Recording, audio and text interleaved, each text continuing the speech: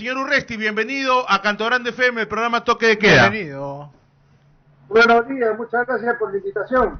Muy amable.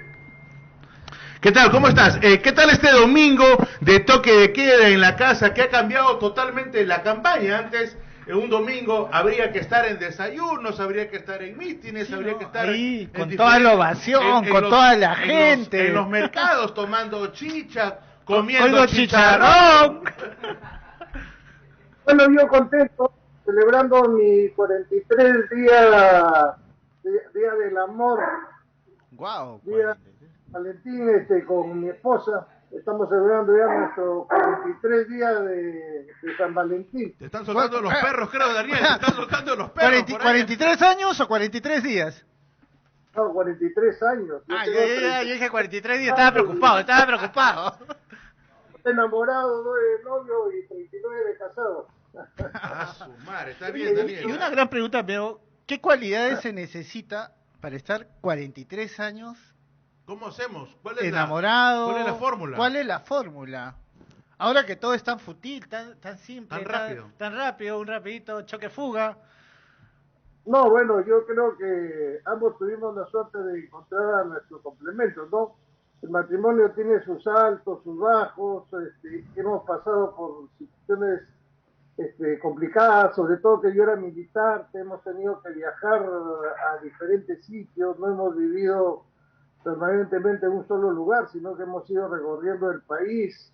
Claro. Los primeros años más difíciles todavía, los sueldos son bajos, había que ingeniarse, teníamos que trabajar ambos, pero en fin, todo eso no, lo único que hizo fue fortalecer más nuestro amor, nuestras ilusiones que se han ido cumpliendo, y mi esposa siempre ha sido mi gran apoyo. Yo también creo haberlo sido de ella, y la verdad que jamás hemos tenido nosotros alguna dificultad, ni siquiera mediana, o sea, como para pensar en que hemos dejado de creernos. Daniel, o sea que la llama del amor no te hizo escapar, no te hizo correr. No salió fugando. No, la verdad es que nunca en mi vida se me ha presentado un problema, un incendio, nunca se me ha presentado nada tan grave como para que me haga correr, nunca. Importante, es algo importante, He 43 años. ahí haciendo frente a los problemas, y eso es importante. Ahora lo importante es entender un poco esta encuesta, antes de hablar de otra cosa, ya que hablaban de la encuesta. Las encuestas las hacen los grupos de poder. Los grupos de poder, y eso nadie me lo va a discutir, y si no, vayan a preguntarle a Montesinos, ahí donde está preso, a ver a quién obedecen las encuestas y por cuánto. Las encuestas van a tratar de manipularnos siempre hasta por lo menos un mes antes de la votación. Faltando un mes se comienzan recién a sincerar para no perder su credibilidad. Mientras tanto, nos venden lo que el grupo de poder quiere. Por eso es que el grupo de poder del comercio, por ejemplo, ya abandonó a su suerte a Forsyth, abandonó a su suerte a Vizcarra. Sus diarios, porque el comercio tiene televisoras, tiene varios diarios y varios radios. En sus diarios, por ejemplo, los más chicos, pero que son los más leídos, ya el Trome ya abandonó a Forsyth, abandonó a Vizcarra, abandonó a Guzmán, ya no saben que ellos no llegan. Entonces ahora el haber sincerado ya cifras con Forsyth, que va en una picada, que ya es una tendencia, o sea, eso no lo detiene ya nadie. El que sabe de estadísticas, porque la estadística es una ciencia, pero es una ciencia más o menos exacta cuando tú publicas lo real. Entonces, acá ya se sinceraron con Forsyth, que está en una tendencia de bajada. Él va a terminar. Me empujaron al abismo.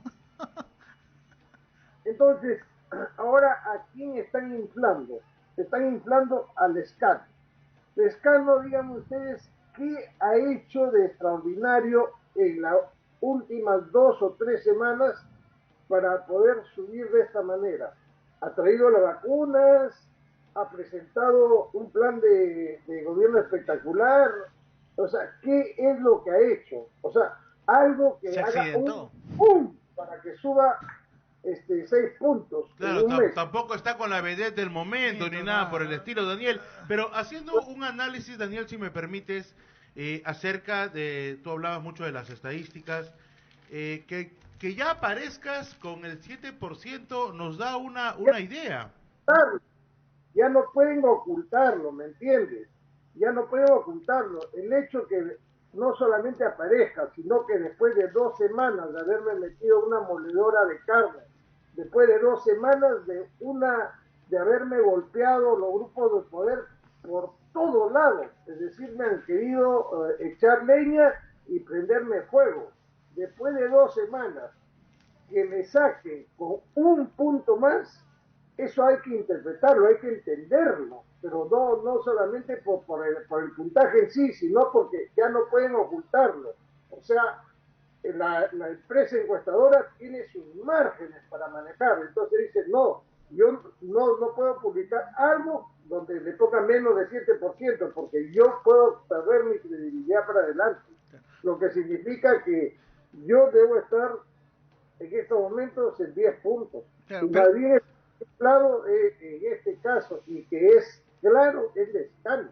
claro, Porque una persona, para que alguien se dispare con 4 o 6 puntos, digamos, 7. y que no haya sido un trabajo como el que estamos haciendo nosotros desde hace 6 meses, poco a poco, pero un trabajo serio, difundiendo nuestro plan de gobierno. Nosotros no estamos haciendo promesas a tontas y locas, estamos difundiendo nuestro plan de gobierno, cosa que no están haciendo los demás. Los demás están, a todos los días se les ocurre ofrecer algo nuevo, pero tú vas a su plan de gobierno y no lo dicen el plan de gobierno, o sea, están inventando sobre el camino. Es más, están copiando ideas de nuestro plan de gobierno, porque es el más sólido y el más viable y el que realmente se puede ejecutar. Pero bueno, fuera de eso. Claro, hay una pregunta yendo a su plan de gobierno, ¿no? Que es un tema muy importante que ya la gente quiere conocer. En la parte económica, que es la parte más fuerte que se nos viene, Sí. ya podríamos saber quién es el equipo, quién está a cargo, es decir, usted cuál es su equipo de trabajo que está visualizando, cómo vamos a... Bueno, el jefe de plan de gobierno es Carlos Anderson. Carlos Anderson es un economista conocido a nivel internacional y nacional con muchos títulos. Es una persona que no tiene compromisos con un grupo de poder. Es por eso que nos hemos elegido mutuamente, ¿no? Después de conversar. Porque quiero que entiendan una cosa, mis queridos amigos. Los grupos de poder son los que manejan la economía del país. Y ustedes me dirán, pero ¿cómo? No entiendo. El que decide la prioridad en el gasto, el que decide la prioridad en el gasto de nuestro presupuesto, del dinero de todos los peruanos, el único que decide la prioridad es el presidente. El Ministerio de Economía y Finanzas no. El que decide en qué se va a gastar el dinero es el presidente.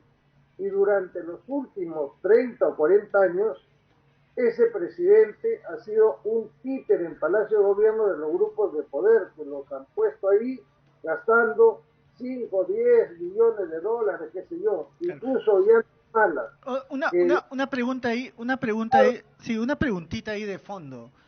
Y usted tiene toda la razón, ¿eh? Porque obviamente lo hemos vivido, ¿no? Van con un discurso, llegan al poder y de pronto se olvidan de la hoja de ruta, se olvidan de las promesas, no al shock, no esto. Entonces, ¿qué nos garantiza con Urresti que eso no va a suceder? Bueno, lo que garantiza que yo no estoy con los grupos de poder es justamente que los ataco constantemente. O sea, ¿por qué creen que se han logrado cosas tan importantes como el retiro de la CFP, por lo menos parcial, la lucha contra la ONP, la ley de usura para que los bancos no nos cobren los intereses que les dé la gana, y etcétera, tantas cosas que hemos hecho para favorecer al pueblo? Entonces, esto es directamente con los grupos de poder. Ellos no quieren que yo llegue a Palacio. ¿Por qué? Y esto es importante entenderlo, porque ahí ustedes van a entender de por qué siempre se dice plata hay. Lo que se está haciendo es gastarla mal. Entonces, quiero que me entiendan lo siguiente. Normalmente, el presupuesto del país ronda los 47.000 millones de dólares al año, más o menos, pero siempre, desde hace 30, 40 años, se viene distribuyendo ese presupuesto exactamente de la misma manera, o sea, haciendo lo mismo, queremos diferentes resultados. ¿Esto qué significa? Todos los sectores reciben soles más, soles menos, lo mismo. Y eso hace que los profesores, los médicos, los militares, los policías, empleados y etcétera, pues y nunca reciban un aumento, porque todos los años, los meses, con que no, el próximo año nos van a dar más presupuesto y le vamos a aumentar. Y eso nunca ocurre porque siempre dan lo mismo. En las regiones necesitamos este puente, necesitamos esta pista, necesitamos agua y desagüe, y nunca se da porque el presupuesto siempre es más o menos lo mismo. Pero desde que salió a la luz lo de Odebrecht y darnos cuenta que los 6 últimos presidentes posiblemente más tarde que temprano o más temprano que tarde terminen presos todos, lo que nos ha permitido a nosotros es darnos cuenta claramente, descubrir que no se distribuye todo el presupuesto, sino que se distribuye un 60%. El 20%, unos 20.000 millones de dólares, quedan atrás, a disposición de los grandes oligopolios, de los poderosos. Esos 20.000 millones de dólares se utilizan para hacer obras elefantiásicas, obras tipo los egipcios que hacían pirámides, obras que no benefician a la mayoría de la población. Esos 20.000 millones se le asignan al Ministerio de Transporte y Comunicaciones, se le asigna al Ministerio de Vivienda o a cualquier Gobierno sector central, ¿no? Donde, por ejemplo, hagamos nosotros una interoceánica que comienza costando 8.000 millones de dólares y termina costando más de 30.000 millones de dólares en 3 periodos gubernamentales. Esos 33.000 millones de dólares ha podido servir para ponerle agua y desagüe a todo el Perú. Pero no, hemos hecho una interoceánica donde pasan ahora con las justas 40 camiones diarios. Entonces, ahí hay una pregunta de fondo. Sí, disculpe que lo interrumpa. Con 1.000 millones de dólares y ahora está con las adendas en 7.000 millones de dólares y acaba el gobierno del Estado de autorizar que Petroperú haga un préstamo de 1.000 millones de dólares más. No se sabe cuándo se va a terminar, no se sabe para qué va a servir. Ahí, hace aproximadamente 2 semanas y media, la Contraloría General de la República, acompañado de la Defensoría del Pueblo y del Ministerio Público, salieron a presentar su informe, donde nos hacen conocer que solamente en el 2020, gracias a las adendas y la corrupción, nos han robado 23.000 millones de soles, 7.000 millones de dólares. ¿Dónde están los medios grandes, sus unidades de investigación que no investigan dónde están esos 7.000 millones de dólares? Lógico, y esos, los dueños de los medios, pertenecen a los grandes grupos de poder. ¿Qué cosas van a investigar? Ahí se investigan. Con ese dinero se ha podido pagar la ONP, se ha podido pagar el FONAVI, y es más, en mi gobierno, nosotros, el que va a decidir, porque yo no soy ninguna marioneta de nadie, no tengo ningún grupo de poder, el que va a decidir, el que va a poner las prioridades en el gasto, soy yo, el presidente de la República. Y a mí que me venga algún grupo de poder a Palacio del Gobierno a decirme vamos a hacer un tren encima del lago Titicaca para unir Perú y Bolivia o cualquier obra de esas, que lo único que sirven es para hacer adendas y llevarse toda la plata del Perú, lo voy a sacar a patadas de mi oficina. Daniel, porque yo hay mucha gente que sintoniza con tus ideas, claro, con tu plan de gobierno, seguramente con la figura de Daniel Urresti como candidato a la presidencia, pero hay también un sector que no sintoniza con el partido Podemos Perú, y es que ha estado inmiscuido en varios temas con su presidente, Pepe Luna. Entonces, la bancada también en un momento dijeron que no iban a apoyarlo a él, luego sí. Entonces, ¿cuál es tu posición frente a esto, Daniel? Bueno, mi posición es clara. Yo, si estoy en Podemos Perú es porque es el único partido democrático que he encontrado. ¿O tú crees que el fujimorismo me va a presentar como presidencial? ¿O APP, Acuña me va a decir, sí, tú preséntate como presidente? O, no sé, dígame qué partido me podría presentar a mí como presidencial. Yo estoy 2 años en Podemos Perú, estoy en el CEN y me he ganado a pulso con mi trabajo el puesto.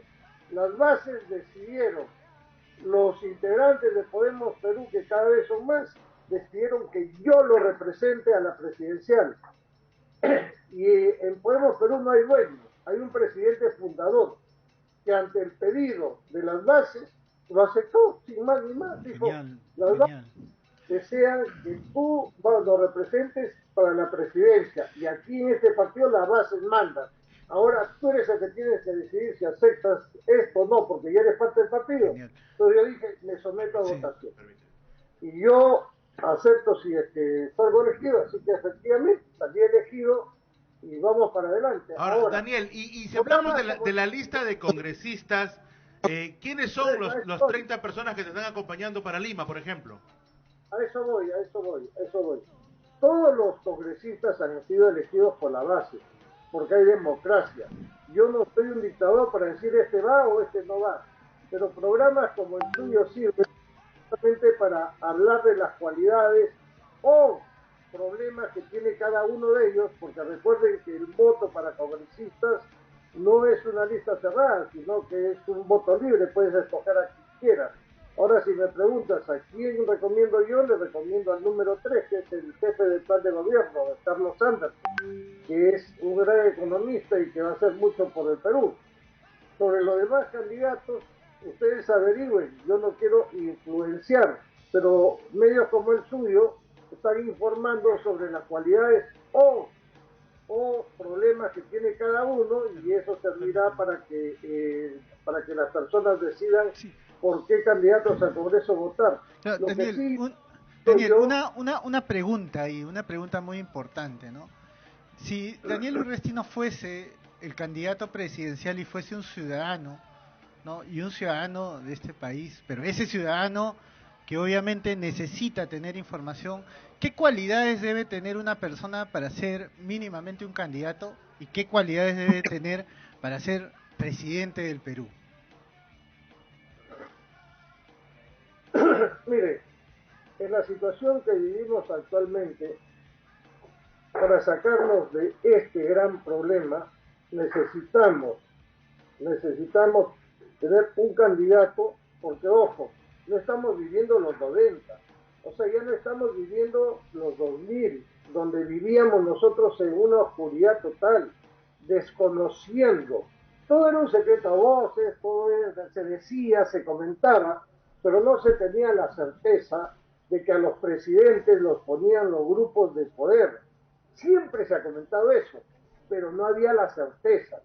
Ahora sí sabemos con certeza que los grupos de poder pueden gastar millones de dólares, porque para ello gastar 10, 15 millones de dólares en la campaña de un candidato no significa nada, porque con un contrato que finalmente cuesta 33 mil millones de dólares, ¿qué significa 10 millones contra 33 mil millones de dólares? Las ganancias son pingües, las ganancias son enormes, es como gastar un sol para ganar para ganar 1 millón. Gastas un sol, ganas 1 millón. ¿Quién no va a gastar un sol? Yo gastaría 10 soles. Entonces, basándonos en eso, primero, el candidato no debe tener compromiso con los grupos de poder, asegurarnos que el candidato tenga la firmeza, el coraje y la firmeza, ustedes agreguen lo que quieran, para poder definir cuál es la prioridad en el gasto de nuestro dinero.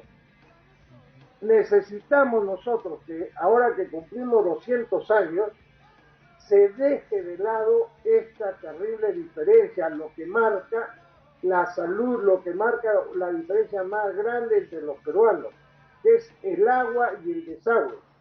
El 45% de la población rural no tiene ni agua ni desagüe. Perdón, el 45% de la población urbana, no tiene ni agua ni desagüe. Y el 80% de la población rural no tiene agua potable. 200 años después de declarar la independencia. Y esto se puede hacer, sí se puede hacer. Ahora, ¿Se Daniel, si a todo el Perú? Sí.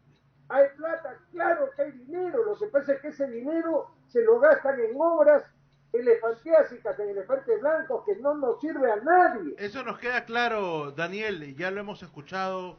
Sin duda alguna, todo el mundo, todo candidato siempre promete agua y desagüe para todo el mundo. Pero nadie lo hace, porque cuando así es. Pero vamos a hablar, Daniel, si me permites, Daniel, vamos a hablar de algo en que todo el mundo asocia a Daniel Urresti con seguridad ciudadana, porque ha sido ministro del Interior, porque sin duda alguna hizo el único que ha demostrado un buen trabajo en algún distrito. Cuéntanos tu plan para la seguridad ciudadana en el país. ¿Cómo la vamos a controlar? ¿Cómo controlamos a los raqueteros? ¿Cómo controlamos a los asaltos? Las personas están cansadas, aburridas de todos los días sufrir asaltos en cualquier parte de Lima y en cualquier parte del Perú. ¿Cómo hacemos su resto? Muy bien, miren ustedes. Primero, la Policía Nacional del Perú está para proteger a la ciudadanía. La Policía Nacional del Perú no debe convertirse en un brazo opresor del gobierno. Y esta es el que pasen los policías de héroes a villanos de una semana para la otra, no es culpa de la policía, es culpa del gobierno que los utiliza mal.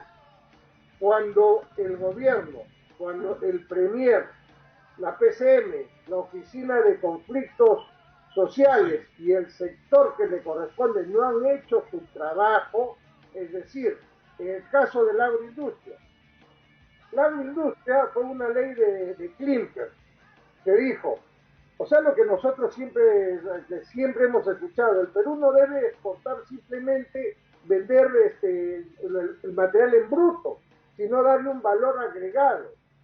Y eso para nosotros es la agroindustria, porque no exportamos nuestros palmitos, etcétera, para que lo envasen en otro sitio, etcétera, sino que con la agroindustria sale ya todo como un producto final para ponerlo en los mercados internacionales. Y eso ha generado grandes ingresos para el país. Lo que dijo Klimper en los 90 fue que la única manera de lograr que crezca la agroindustria, porque la agroindustria necesita mucha inversión en maquinarias, en tierras, etcétera, y la única manera de lograr esto era que por 10 años se le permita pagar la mitad de los impuestos y que los trabajadores tengan un régimen especial, o sea que no tengan todos sus derechos. Fujimori aceptó eso y fue una de las cosas que firmó antes de ir. En 10 años, gracias a esto, la agroindustria comenzó a crecer. Se comenzaron a comprar tierras, sobre todo al sur de Porica, y se comenzó a sembrar cosas que se podían exportar. Se trajeron máquinas delatadoras, etcétera. Se puso una industria. Y lo que sale al extranjero es un producto terminado. Pero 10 años se apostó por eso y los trabajadores se sacrificaron 10 años trabajando sin ganar con todos sus derechos. Sin embargo, en el 2011 se agarra y se da 10 años más. La agroindustria todavía necesita crecer más y se da 10 años más, ya son 20 años. Y los trabajadores aceptaron esos 10 años más de seguir trabajando casi como semi-esclavos, confiados en que efectivamente ellos veían el crecimiento de la agroindustria y las pingües ganancias que tenían las grandes industrias. Esto generó que mucha gente comience a trabajar también en la agroindustria y que tengamos en la agroindustria medianas y pequeñas empresas también, o sea, ya no solamente grandes, sino medianas y pequeños emprendimientos. Muy bien. ¿Y qué pasa en el interregno parlamentario cuando cerró Vizcarra el Congreso? Vizcarra da el decreto de urgencia número 20, dando 10 años más a la agroindustria, o sea, 10 años más trabajando como semiesclavos. La gente ya no aceptó, dijo no, porque ya la agroindustria creció lo suficiente y ya es hora de que nos paguen lo que nos corresponde. Y comenzaron a reclamar, y no hicieron nada, ni el sector, ni la PCM, ni el Premier, ni el presidente, hasta que la gente explotó, que es lo que normalmente sucede, y tomaron la Panamericana Sur y la Panamericana Norte. ¿Qué hace el gobierno? Saca a los policías a hacerle frente a esta gente. Ese problema nunca debió haber explotado si hubiese estado el Ministerio de Agricultura, el Ministerio de Economía, PCM, etcétera, o la oficina que se hace cargo de justamente estos problemas, y convierten a la policía en opresores. Y la policía que han llevado no está entrenada, porque nosotros tenemos UCES, o sea, unidades especializadas, por lo menos habrá unos 1.500 policías, pero hemos visto que han llevado como 8.000, 4, 5.000 en el sur, 4.000 en el norte, policías que no están entrenados para hacer frente a las multitudes, y eso ha originado graves problemas. Entonces, ¿cómo vamos a hacer frente a la inseguridad ciudadana? Muy fácil, pero eso hay que saberlo hacer y tiene que estar escrito en tu plan de gobierno. Bien, ¿cuál va a ser tu postura frente a los ciudadanos extranjeros que cometen delitos en el país? ¿Qué es lo que vas a hacer con este flagelo que está atacando a la ciudadanía tanto de Lima como en las diferentes ciudades del país? Muy bien, muchas gracias. Mire, la seguridad ciudadana se puede controlar y llevarla a niveles, a estándares internacionales. No es que no existan delitos o que no hayan delincuentes en alguna parte del mundo. Los hay aquí en la China, en Estados Unidos, Francia, Finlandia y donde ustedes mencionan.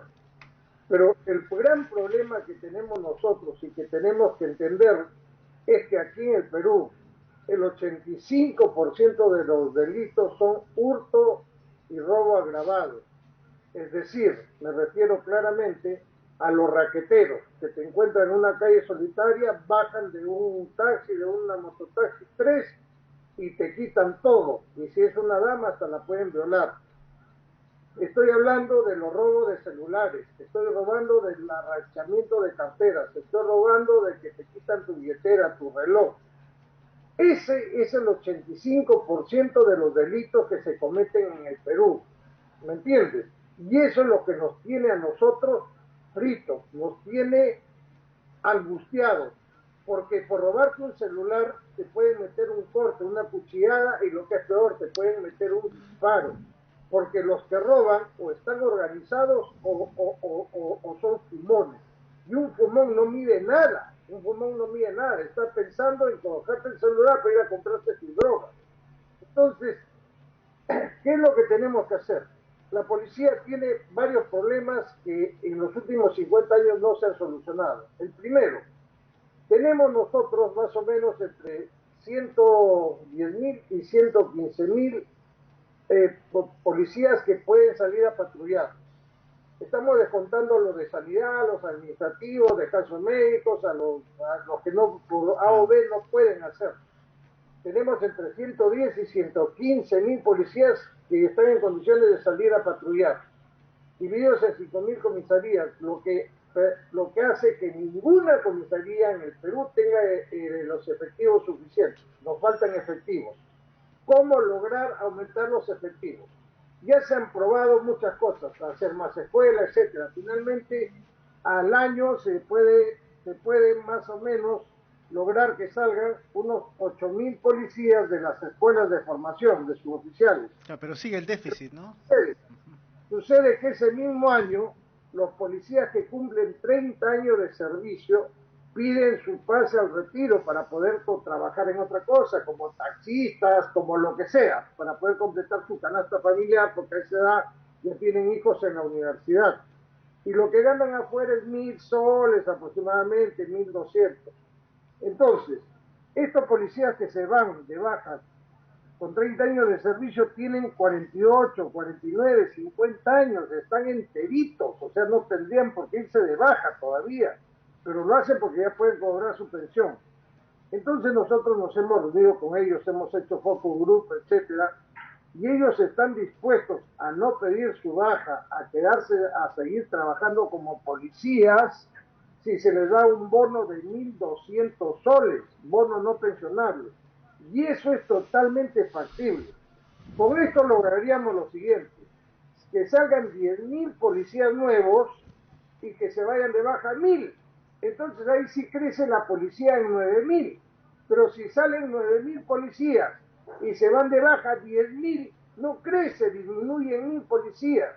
Entonces, mediante este mecanismo vamos a lograr que en los 5 años, porque nosotros necesitamos 180.000 policías en todo el Perú y tenemos 115.000 operativos.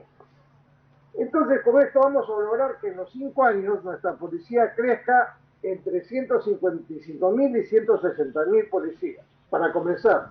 Número 2, la policía a nivel nacional solamente tiene 3.500 patrulleros. ¿Y cuántos patrulleros necesita? Necesita 10.000 patrulleros. ¿Y para qué? Porque en todas las partes del mundo se aplica el plan cuadrante. ¿Qué significa el plan cuadrante? Que un patrullero tiene como responsabilidad máximo 15 cuadras, mínimo 10, o sea, entre 10 y 15 manzanas, blocks o como quieran llamarlo. Y ahí están dando vueltas, rondando, no se van a otro sitio. Hacen su alto táctico en un parque, en una esquina, 20 minutos y siguen rondando sus 15 manzanas.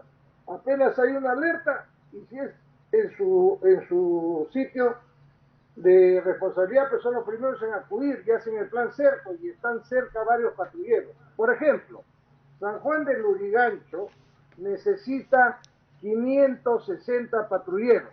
¿Cuántos tiene? 105 patrulleros. Entonces, si tú en San Juan de Lurigancho ves un patrullero, tienes que ir corriendo a comprarte tu tinta, porque puta, es tu día de suerte. ¿Me entiendes? Entonces, no puede ser. Sí se les ve, Tenemos que darle los 6.500 patrulleros. Esa es simplemente una de las cosas. Van dos. Primero, aumentar el efectivo. Dos, darle la logística que se requiere principalmente en patrulleros. Comprarle las armas que necesita. O sea, necesitan 150.000 pistolas, porque se compraron 30.000. Dime, una pistola, ¿cuánto crees que cueste una buena pistola? Una buena pistola cuesta $700. Al por mayor saldrán en 500. No se pueden comprar cuando nos acaban de robar 7.000 millones de dólares el año pasado. Chalecos antibalas. ¿Cuánto cuesta un chaleco antibalas? $350, $400. No podemos comprarle a todos los policías chalecos antibalas. Necesitan las marrocas. No podemos comprarle una marroca por policía. Daniel. Necesitan equipo de radio. Entonces tenemos que darle todo lo que necesitan. Y además de eso, tenemos que cambiar las normas. Yo desde que he ingresado como congresista, he presentado leyes importantísimas para poder solucionar esto. Pero en el Congreso es larguísimo el proceso para que te aprueben una ley. Por eso es que nosotros vamos a pedir facultades legislativas para sacar leyes urgentes. Número 1, crear un nuevo delito, que es la comercialización de objetos de procedencia ilegal. ¿Por qué? La receptación. Pero eso no... No, justamente la receptación solamente tiene 2 años de prisión y no es efectiva. Ríen en nuestra cara. Siguen ahí en las Malvinas el 98% de la gente en San Jacinto. Un trabajo honesto, pero hay un 2% que se dedica a la compra y venta diaria de los celulares y por receptación solamente hay 2 años pero ni siquiera de prisión real, sino en la calle siguen metiendo, porque necesitamos un delito nuevo. ¿Para qué? Para poderlos hacer pasibles de organización criminal y también de lavado de activos. Daniel, ¿quién sería tu ministro del Interior? Haz una pregunta de redes sociales. ¿Quién sería el ministro del Interior de Daniel Urresti? Hay varios candidatos, entre los cuales hay varios candidatos que pueden hacer ese trabajo. Lo que interesa Yo cuando fui ministro del Interior, avancé mucho, pero con los medios que teníamos. Si a mí me hubiesen, si yo recibiese una policía con patrulleros, con armas que son también no letales, una policía todos intercomunicados, si recibiese una policía que realmente es especializada, que tiene investigación criminal, etcétera, pues habría, no nos ganan, en un año podemos solucionar el tema. Claro, Daniel, una... En Lima necesitamos 3 megacomplejos policiales, 3, Lima Este, Lima Sur y Lima Norte, 3 megacomplejos, donde estén las unidades especializadas, esté la Fiscalía y esté también el Poder Judicial, para que el delincuente que ingrese ahí nomás haga su recorrido, porque si no, es por gusto. La policía tiene que tener la investigación del delito, ahí hemos cometido un tremendo error. Desde que entró en funcionamiento el nuevo Código Procesal Penal, el director de la investigación es el fiscal. ¿Quién le ha dicho al fiscal que es un investigador, que es un detective? ¿Desde cuándo un fiscal es detective? Entonces las policías llegan a la escena del crimen y se quedan inmóviles llamando al fiscal, no pueden interrogar testigos, no pueden ni sacar huellas, no pueden hacer nada, porque el director de la investigación es el fiscal, y hay 5 fiscales de turno para 10 millones de peruanos. Nunca va el fiscal, finalmente dice el fiscal, tráiganlos acá. Lo último que me acuerdo, lo más escandaloso es cuando la policía sigue a estos delincuentes que se roban 2 tráileres. Llegan hasta un descampado, y cuando comienzan a bajar la mercancía, eso ya es que cogerlos con la masa. Entonces la policía interviene en ese momento, que es el único momento en que la policía puede intervenir, cogiéndolo con las manos en la masa en flagrancia. Si no, la policía no puede detener a alguien, no puede intervenir. Los detiene en flagrancia. Y no puede ser más. Llama a la fiscal. Venga, acá están los trailers, aquí están los gestos. Ni siquiera pueden interrogarlos. No pueden tomarle sus generales de ley, no pueden hacer nada, no pueden ni siquiera, ¿no? Modificarles. Comenzar a tomar a los sospechosos o a los testigos una información, como se hace en todas partes del mundo. La fiscal no fue porque tiene, así como ese llamado, tiene 100. Entonces la fiscal dice, tráiganlos para acá. La policía deja todo ahí y los lleva a los delincuentes esposados. La fiscal a las 2 horas los deja salir libres. Claro. Todo el mundo un escándalo, le llaman a la fiscal por los medios de comunicación y le preguntan ¿por qué lo dejaron libre? Ah, porque uno es taxista, los otros 5 son estibadores y no tienen antecedentes policiales. ¡Los han cogido en flagrancia! ¡Los han cogido en flagrancia! ¿Tú crees que algo les ha pasado a esa gente? ¡Nada! Siguen robando igual. Entonces ¿cómo es posible que haya que podamos darle seguridad a la gente así? Claro, Daniel, entonces está señalando que vamos, Daniel. La policía. Sí, Daniel, entonces estamos hablando que necesitamos hacer ajustes a la reforma, ¿no? A esta reforma que se ha iniciado para sincerar con la realidad, ¿no? Eso sería la propuesta que tienes. Claro. O sea, los únicos, escúchame. Cuando te interviene un policía te tiene que decir por qué te está interviniendo, ¿me entiendes? Te puede detener cualquier policía, tú estás manejando y te pasas una luz roja y te ve un policía. Ese policía te detiene y tú tienes que pararte y te tiene que decir, lo detengo porque se pasó una luz roja, ¿me entiendes? Claro. Pero en otro caso, si es por tránsito, el único que te puede detener es el policía de tránsito, ¿me entiendes? Cuando no es flagrante, el policía de tránsito te puede detener, pero te tiene que indicar por qué te está deteniendo, ¿me entiendes? Si tú tienes derecho a grabarlo. Los protocolos tienen que ser claros. Por ejemplo, eso que yo ya había logrado casi terminar, pero que regresó nuevamente, de que el comisario a las 7 de la noche le dice a su gente, bueno, vayan a hacer un operativo y me traen 400 soles. Eso tiene que terminar. Y eso se termina solamente poniendo los protocolos y poniendo eso en la ley. De tal manera que el que realiza eso está cometiendo un delito y grave. Claro. Con eso, Daniel, interesante, muy interesante tu propuesta, y quisiera ir a un tema paralelo, ¿no? Señalas que hay que hacer compras, necesitamos gastar más policías, más logística, buena logística, y ahí viene una pregunta paralela, ¿no?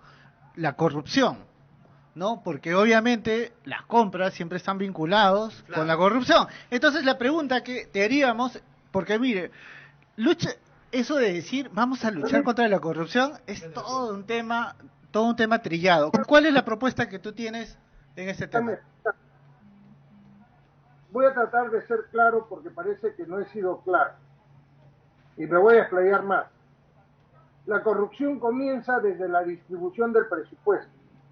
Si yo distribuyo a nivel nacional, regional y distrital solamente el 60% del dinero de los peruanos y me guardo atrás 40%, me guardo 20.000 millones de dólares para gastarlo en lo que me digan los grupos de poder, y los grupos de poder, esos 20.000 millones de dólares, no me van a decir hazle carreteras, ponle agua y desagüe. No, ellos van a escoger megaproyectos que puedan tener adendas, que puedan vivir de ellos 20, 30 años. Por ejemplo, la interoceánica, que la hicieron en más de 15 años y les comenzó con 8.000 millones y terminó costando más de 30.000.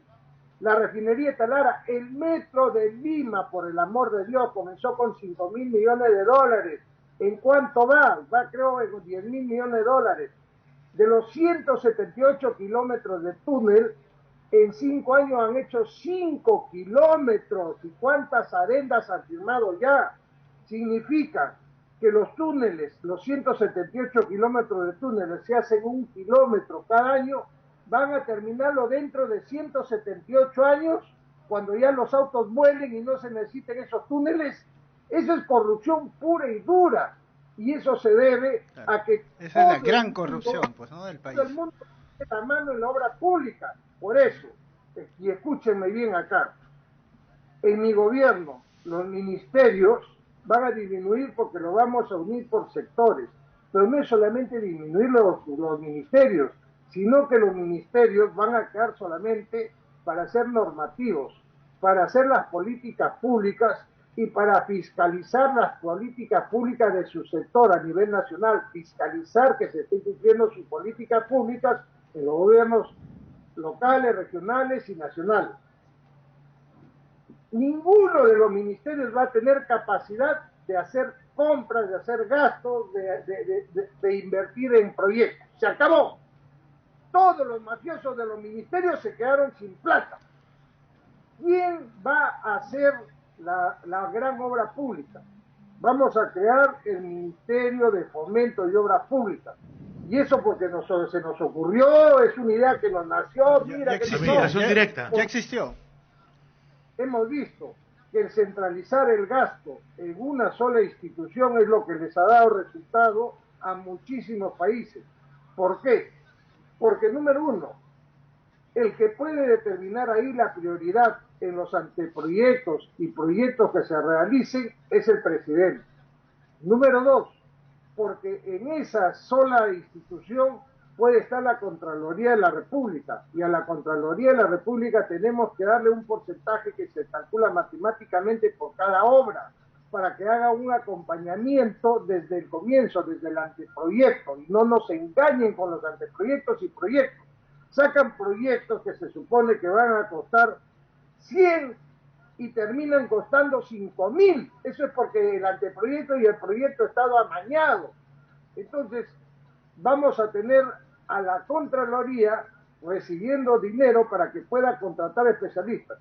Si el Ministerio de Fomento y Obras Públicas piensa hacer un puente de 1.500 metros, un superpuente, entonces la Contraloría, para poder verificar que se está haciendo bien, no solamente necesita a sus contadores, sino necesita contratar un arquitecto y un ingeniero de nota que sea especialista en puentes y que esté ahí mirando cómo se va desarrollando el anteproyecto y el proyecto, y pueda decir un ratito, eso está mal.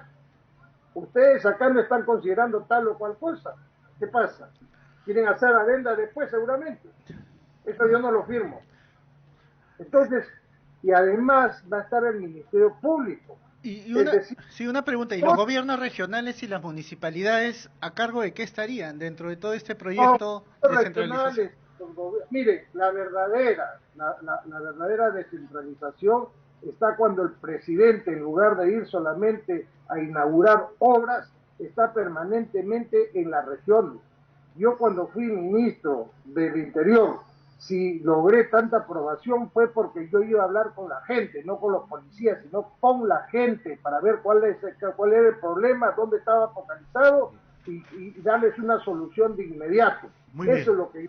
Muy bien, Daniel, hemos llegado ya a la parte final del programa. En 3 minutos, ¿por qué tendríamos que votar por Daniel Urresti dentro de 7 semanas? Amigos, yo he decidido emprender la obra más grande que se requiere en el Perú desde hace 200 años, agua y desagüe para todos los peruanos. Acá en Lima, tratar, ya no por pueblos jóvenes o asentamientos humanos, el tema de agua, desagüe, muros de contención, etcétera, sino por laderas completas. ¿Me entienden? En una ladera hay 200 pueblos jóvenes o asentamientos humanos y le resuelven el problema a 10 y no hay una continuidad en los muros. Eso hace que todo cueste mucho más. Tenemos que tratarlo por laderas. Necesitamos un muro de contención para toda la ladera, agua para los 200 y así vamos a avanzar realmente. Plata hay, lo que pasa es que nos están robando. Entonces, en mi gobierno no vamos a robar. Nosotros tenemos un plan de gobierno que es totalmente efectivo. Y escúcheme bien, a partir del 28 de julio vamos a comenzar a publicar el cronograma para la devolución de la ONP de aquellos que han aportado hasta 19 años y no han recibido un centavo, porque esa es una deuda interna del Estado que mi gobierno se comienza a pagar. Vamos a permitir que la gente que voluntariamente quiera y que haya dejado de aportar a las AFP pueda retirar hasta el 100%. Y por último vamos a devolverles a los fonavistas lo que realmente se les debe. ¿Por qué? Porque plata hay. Lo que falta es un presidente que tome la decisión de cumplir con esta deuda interna, no solamente con la gente directamente, sino con las regiones, con las obras que necesitan. Por último, confíen en mí. Ustedes son testigos de que los grupos de poder me están moliendo, me están atacando por todos lados. A pesar de esto, mi plan de gobierno y lo que estamos proponiendo va calando. Después de 2 semanas de haberme metido en una moledora de carne, donde poco le falta para decir no sé qué barbaridad, pero a pesar de eso, seguimos subiendo en las encuestas.